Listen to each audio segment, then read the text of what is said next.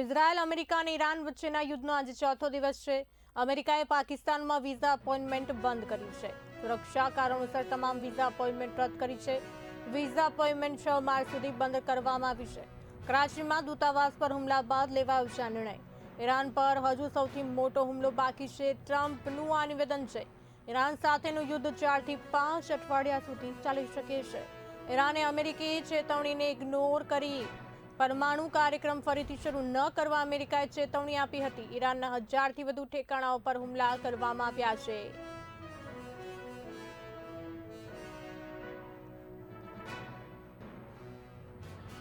Israel, America અને Iran વચ્ચેના યુદ્ધનો આજે ચોથો દિવસ છે. મોટા સમાચાર.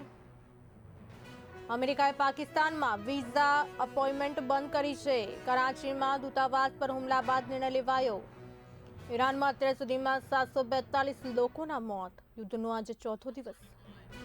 આ સાથે વધુ માહિતી આપવા માટે અમારા એસોસિએટ એડિટર ઉમંગ સોની જોડાઈ ચૂક્યા છે. ઉમંગજી, અમેરિકા, ઇઝરાયલ અને ઈરાન વચ્ચેના યુદ્ધનો આજે ચોથો દિવસ છે, ત્યારે અમેરિકાએ પાકિસ્તાનમાં વિઝા અપોઇન્ટમેન્ટ બંધ કરી છે. શું કહેશો? સુરક્ષાના કારણોસર આ અપોઇન્ટમેન્ટ રદ કરી છે. બરખા, તમને જણાવી દઉં કે આ યુદ્ધ દિવસે દિવસે ભયાનક થતું જાય છે.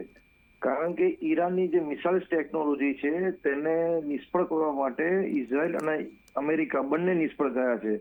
ઈરાને અલગ અલગ અરબના કન્ટ્રીઓમાં હુમલા કર્યા છે, જેથી હવે આ યુદ્ધ ધીરે ધીરે ભયાનક થતું જોઈ રહ્યો છું. તમને જણાવી દઉં કે પ્રજાને એવું હતું કે લોકોને એવું હતું કે અમેરિકાને ઈરાને જે હુમલો કર્યો અને ખામોનીની હત્યા કરી ત્યારબાદ ત્યાં સત્તા પલટો થશે અને યુદ્ધ કદાચ બંધ થઈ જશે, પરંતુ એનાથી ઉલટું તરફ જોઈ રહ્યો છું.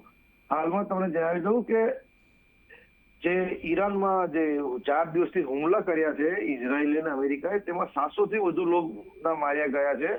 હવે તમને જણાવી દઈએ કે સીધી અસર શિયા બહુમતી વિસ્તારોમાં પાકિસ્તાનમાં થઈ છે. પાકિસ્તાનમાં શિયા જે બહુમતી વિસ્તાર છે કરાચીમાં, તેમને અમેરિકન એમ્બેસી પર હુમલો કર્યો છે અને લાહોર અને કરાચીની ઓફિસનો પણ ઇસ્લામાબાદનો આ હુમલા થવાની શક્યતાના કારણે અમેરિકાએ તાત્કાલિક પાકિસ્તાનમાં 6 માર્ચ સુધી વિઝા એપોઇન્ટમેન્ટ તમામ રદ કરી દીધી છે. હવે તમને જણાવી દઈએ કે અત્યાર સુધીમાં પાકિસ્તાનમાં જે ગોળીબાર થયો, જે કરાચી અમેરિકન કોન્સ્યુલેટનો હુમલો કર્યો, તેમાં 10 લોકો માર્યા ગયા છે.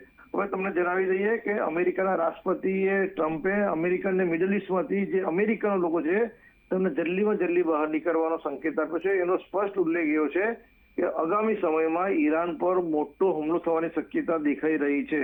અને જે અમેરિકન રાષ્ટ્રપતિના પ્રવક્તાએ જણાવ્યું છે કે આ યુદ્ધ ઈરાન સાથેનું યુદ્ધ 4 થી 5 અઠવાડિયા સુધી ચાલી શકે. એનો મતલબ કે એ થયો કે જે આ યુદ્ધ છે તે ધીરે ધીરે હવે વધુ દેશોમાં પ્રસરી રહ્યું છે અને ઈરાન પર મોટો ખતરો દેખાઈ રહ્યો છે. બરખા, જી બિલકુલથી કહી શકાય કે આ જે યુદ્ધ જે છે હજુ 4 થી 5 અઠવાડિયા સુધી ચાલશે. આ વચ્ચે છેલ્લા 24 કલાકમાં ઈરાનમાં થયેલા અમેરિકી ઇઝરાયેલી હુમલામાં ઓછામાં ઓછા 85 નાગરિકોના મોતના અહેવાલ સામે આવ્યા હતા. ત્યારે ખાસ કરીને એમાં વાત કરવામાં આવે કે ઇઝરાયેલી સેના દ્વારા પણ દાવો કરવામાં આવ્યો છે કે જેમાં એવો દાવો કર્યો છે કે એક હુમલામાં તેમણે પેલેસ્ટિયન ઇસ્લામિક જિહાદ સંગઠનના પ્રમુખને પણ ઠાર કરવામાં આવ્યો છે.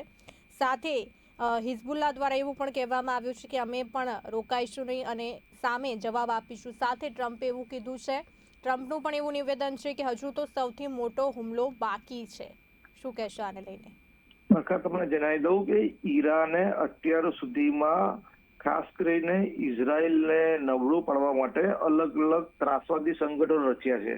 તેઓ હાલમાં ખુલીને હવે ઈરાનના સમર્થનમાં આવી રહ્યા છે. તેમના માટે કરો યા મરો જેવી સ્થિતિ છે. અત્યારે જે લેટેસ્ટ સમાચાર આવી રહ્યા છે કે ઈરાને એક બહુ મોટું પગલું ભર્યું છે. તેનાથી તેલની દુનિયાભરમાં જે ઓઇલની આયાત પર બહુ મહત્વનો ફટકો પડ્યો છે. ઈરાને ઇસ્લામિસ્ટ સિક્યુરિટી ગાર્ડ્સ એનો મતલબ કે IRGC તેમને હોમ્યુનિસ્ટની સ્ટેટ બંધ કરી દીધી છે.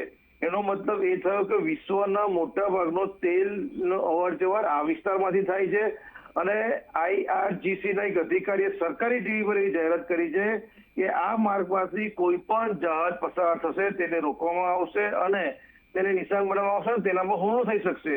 એનો મતલબ એ થયો કે ભારતમાં આવતું લગભગ 50% ઓઇલ સ્ટેટ ઓફ હોમલેન્ડ આગળથી આવે છે. હવે તેના પર અસર થશે, પરંતુ ભારતમાં 74 દિવસનો રિઝર્વ સ્ટોક રાખવામાં આવ્યો છે. જો યુદ્ધ આ 74 દિવસથી વધુ ચાલ્યું તો ભારતમાં ઓઇલ એટલે ક્રૂડ ઓઇલ અને ગેસની એક મોટી અછત ઊભી થાય તેવી શક્યતાઓ દેખાઈ રહી છે. પરંતુ અમેરિકા ટ્રમ્પ એવું ઈચ્છે છે કે આ યુદ્ધ 4 થી 5 અઠવાડિયામાં પૂરું થાય, જેથી ભારતે હવે વિચારવું રહ્યું કે તેમણે ઓઇલ અને ગેસનો પુરવઠો ક્યાંથી બીજે સપ્લાય માટે શરૂ કરો, કારણ કે અત્યારે જો યુદ્ધ લાંબુ ચાલ્યું તો ભારતમાં ગેસ અને તેલની અછત સર્જાઈ શકે છે. બીજી તરફ તમે જે વાત કરી કે ઈરાનના જે ત્રાસવાદી સંગઠનો અલગ અલગ દેશોમાં ઉભા કર્યા છે, તેઓ હવે ઇઝરાયલ પર હુમલો કરે છે.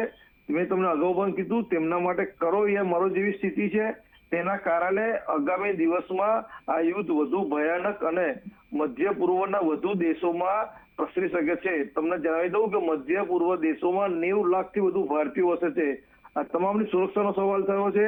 આજે જ બેંગ્લોર ખાતે 2 વિમાન ઉતર્યા છે, પરંતુ 2 વિમાનમાં વધુ પેસેન્જરો બહુ હોતા નથી. પરંતુ તમને જણાવી દઉં કે 90 લાખ ભારતીયો અને જે ખાસ કરીને પ્રવાસી ભારતીયો છે દુબઈ અને મિડલ ઈસ્ટમાં ગયા છે, તેમના માટે પણ હવે ભારત આવું થોડું મુશ્કેલ જોઈ રહ્યો છું. બરખા.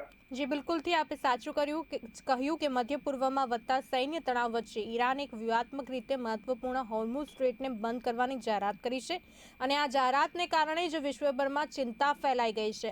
IRGC દ્વારા કડક ચેતવણી પણ આપવામાં આવી છે કે આ જળમાર્ગમાંથી પસાર થનારા કોઈ પણ જહાજ જે છે તે નિશાન બનાવવામાં આવી શકે છે. ઈરાનના સૈન્ય અધિકારીઓએ પણ જણાવ્યું છે કે જો કોઈ જહાજ આ જળમાર્ગ પરથી પસાર થવાનો પ્રયાસ કરશે તો તેની સામે કડક કાર્યવાહી કરવામાં આવશે, અને આના જ કારણે વિશ્વભરમાં ચિંતા જે છે વ્યાપી છે. ખાસ કરીને પર્શિયન ગલ્ફને ઓમાનના અખાત સાથે જોડે છે આ રસ્તો, અને વિશ્વના કુલ તેલ વપરાશનો અંદાજે 20% હિસ્સો આ જ માર્ગ પરથી પસાર થાય છે.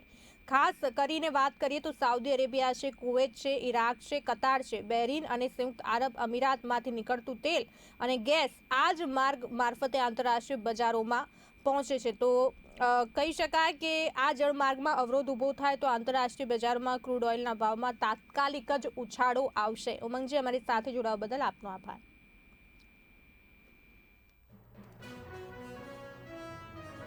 તો હાલ તો પાકિસ્તાનમાં વિઝા અપોઇન્ટમેન્ટ બંધ કરી છે અમેરિકાએ. ઇઝરાયલ અમેરિકા વચ્ચેના યુદ્ધનો આજે ચોથો દિવસ હુમલાઓ તેજ થતા થઈ રહ્યા છે.